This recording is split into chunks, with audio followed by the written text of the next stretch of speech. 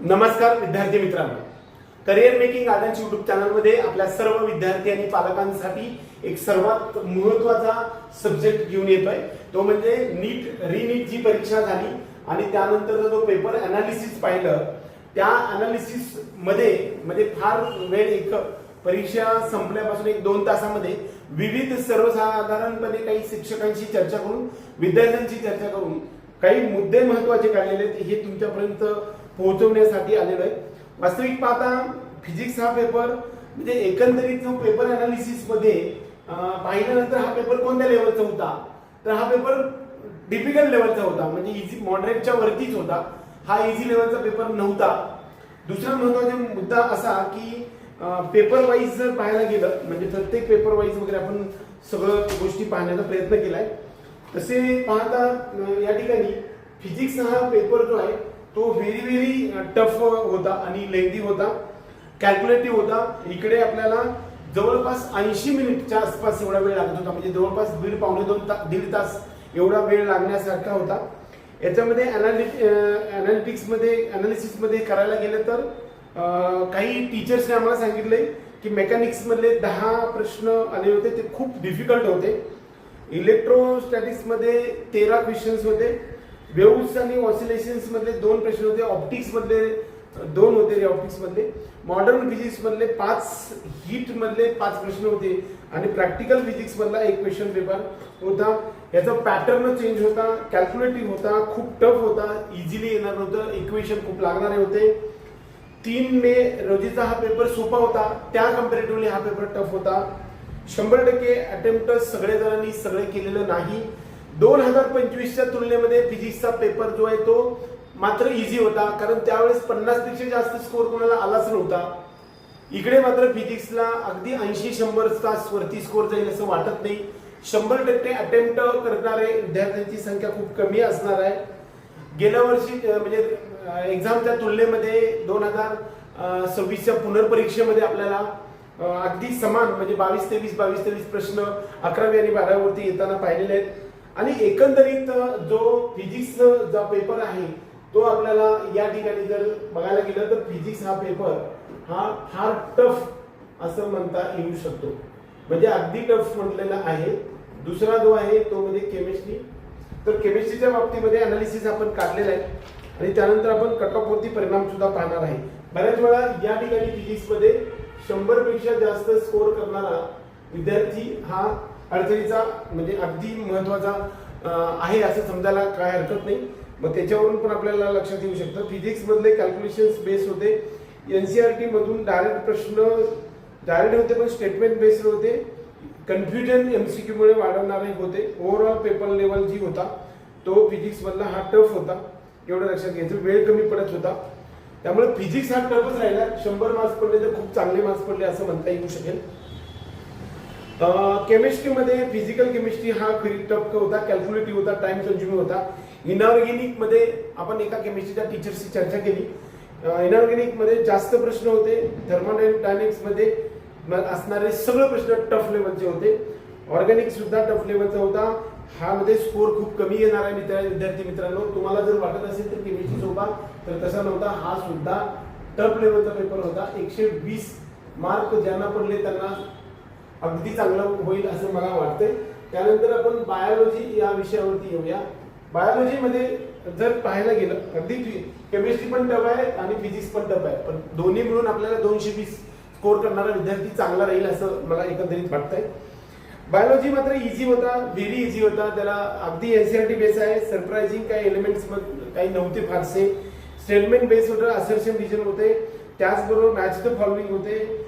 एक दोन पेशंट फक्त ट्रिकी होते. इकडे तुम्हाला भरपूर स्कोर करायला हरकत नव्हता. बायोलॉजीमध्ये 340 पेक्षा जास्त स्कोर व्हायला हरकत नाही. एकंदरीत आपण जर टोटल पाहायला गेलो तर असं दिसतंय आपल्याला की 120 आणि 100 220 आणि 360 हा स्कोर 560 हा स्कोर आपल्याला यायला हरकत नाही असं माझं म्हणणं आहे. एकंदरीत कट ऑफ वरती जर आपण पाहायला गेलं तर काय परिणाम होईल हे आपण आता यावेळेस सांगू शकतो. फिजिक्स हा टफ लेवलचा पेपर होता. तिकडे 100 स्कोरचा स्कोर मिळणाऱ्याला गव्हर्नमेंट कॉलेज मिळू शकतं. 120 पेक्षा जास्त मार्क्स पडणाऱ्या विद्यार्थ्यांना सुद्धा दरम्यान हे केमिस्ट्री मध्ये मार्क पडतील तर 220 होतात, म्हणजे एकंदरीत 100च्या वरती आणि 120च्या वरती स्कोर करणारा गव्हर्नमेंटमध्ये जाईल. त्याचबरोबर जे 340 स्कोर येणाऱ्या स्टुडंटला, म्हणजे 340 जर पाहायला गेलं तर 220 म्हणजे दरम्यान 560 एवढा कट ऑफ महाराष्ट्रातला गव्हर्नमेंटचा येऊ शकेल. आता खरं तर हे खूप आपण फास्टली सांगतोय, पण तरी सुद्धा एकंदरीत पेपर हा टफ लेवलचा होता. परंतु 2025च्या तुलनेमध्ये हा पेपर एवढा टफ नव्हता.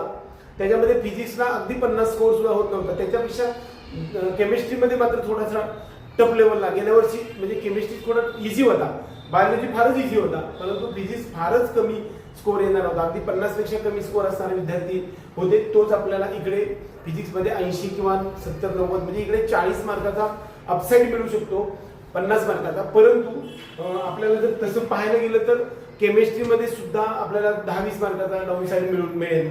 त्यामुळे 2025च्या तुलनेमध्ये जर 2026 मध्ये जर कट ऑफ पाहायला गेलं तर 506 गव्हर्नमेंटचा 505 मार्काला गव्हर्नमेंट एमबीबीएस महाराष्ट्र राज्यामध्ये मिळालेलं होतं. तेच 2024 मध्ये 630 मार्काला मिळालेलं होतं. म्हणजे हा जो 125 मार्काचा जो डिफरन्स होता त्याच्यामध्ये इझी आणि डिफिकल्टी लेवलवरती होता.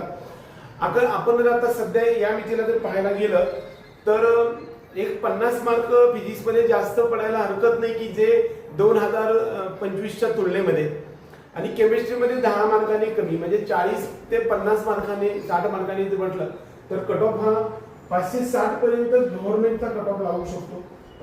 आणि याच्यामध्ये आणखी 30 मार्काने म्हणजे तर 530 ते 525 हा कट ऑफ आपल्याला प्रायव्हेट एमबीबीएसचा लागेल असा सर्वसाधारणपणे प्राथमिक अंदाज आहे. खरं तर हे अनालिसिस आपण खूप डीप मध्ये अभ्यास करून केलेला आहे. त्यामुळे कट ऑफ जे आहे तो कमी येणार आहे 100%. 2024च्या तुलनेमध्ये 2025च्या तुलनेमध्ये कट ऑफ आहे तो वरतीच जाणार आहे. गव्हर्नमेंट एमबीबीएस ऑल इंडिया कोट्यामधून जर आपल्याला पाहिजे तर 590 किंवा 80 मार्क्स पडतील तरी सुद्धा तुमचा नंबर लागू शकेल. 560 पर्यंत आपल्याला महाराष्ट्रामध्ये गव्हर्नमेंट एमबीबीएस मिळेल असं सध्या वाटतंय. व्हर्च्युअल विद्यार्थी आणि सगळ्यांचा अपडेट तुम्हाला मी सांगण्यासाठी येणार आहे. ह्या सर्वांसाठी खूप सारी मेहनत लागते, रात्रंदिवस यासाठी काम करावं लागतं. त्यासाठी आपल्या सर्व विद्यार्थी आणि पालकांना आपला हा जो करिअर मेकिंग गायडन्सचा चॅनल आहे तो चॅनल तुम्ही सबस्क्राईब करून ठेवा की जेणेकरून तुम्हाला सगळ्या गोष्टी अपडेटेड आणि ऑथेंटिक तुमच्यापर्यंत देण्याचा प्रयत्न करू. काउन्सिलिंग मधील सर्व टप्प्यावरील डॉक्युमेंटेशन पासून कॉलेजपर्यंत पोहोचेपर्यंत असणाऱ्या सर्व जवळपास 5000 पेक्षा जास्त लोकांना आपण एमबीबीएस ऍडमिशन कंप्लीट करून दिलेलं आहे. तर अशासाठी या विद्यार्थ्यांनी आपल्या या नंबरवरती संपर्क करून आपल्याला पेड काउन्सिलिंग प्रोग्राम मध्ये येऊ शकता. बऱ्यापैकी प्री ग्रुप मध्ये असणारे स्टुडंट सुद्धा इकडे आपल्याला आहे की आपण इन्फॉर्मेशन देत आलो, पण इथून पुढे आपण इन्फॉर्मेशन कमी कमी होत जात आहे. आयुष्याच्या महत्वाच्या टप्प्यावरती आपण पेड काउन्सिलिंग प्रोग्राम मध्ये यावं. या सगळ्यासाठी आपल्याला फक्त 5000 रुपये नाममात्र फी ऑल इंडिया आणि स्टेट या दोन्हीसाठी आपण घेत आहे. या बरोबर बरेचसे प्रोडक्ट आपल्याकडे उपलब्ध आहेत. त्याचबरोबर आपलं हे जे कट ऑफ बुक आहे ते संपूर्ण महाराष्ट्र लेवलमध्ये अशा प्रकारचं एवढं सुंदर रीतीनं बुक कुणी बनवलेलं नाही आहे. ज्या विद्यार्थ्यांना हे कट ऑफ बुक पाहिजे अशा विद्यार्थी आपल्याला संपर्क करू शकतात. पुढच्या व्हिडिओमध्ये आपण जी काही आन्सर की आहे ती तुम्हाला देण्याचा प्रयत्न करू. नंतर स्कोर कॅल्क्युलेट करा आणि नंतर आता सध्याच्या मितीला तुम्हाला किती स्कोर येते ते मात्र तुम्ही डिस्क्रिप्शन बॉक्समध्ये द्यायला विसरू नका, जेणेकरून आपला हे जो एकंदरीत अनालिसिसच्या संदर्भातला सर्वे कंप्लीट होईल आणि तुम्हाला तुमच्यापर्यंत लेटेस्ट बातमी देण्याचा प्रयत्न करेल. आपल्या सर्व विद्यार्थ्यांना हार्दिक शुभेच्छा देऊ. काउन्सिलिंगच्या प्रत्येक टप्प्यावरती आपण ह्याच अशाच प्रकारच्या व्हिडिओची सिरीज चालू ठेवण्यासाठी आपल्याला पुलकित करायला पाहिजे. त्यासाठी आपल्या चॅनलला सबस्क्राईब आणि लाईक करा. जय हिंद, जय महाराष्ट्र.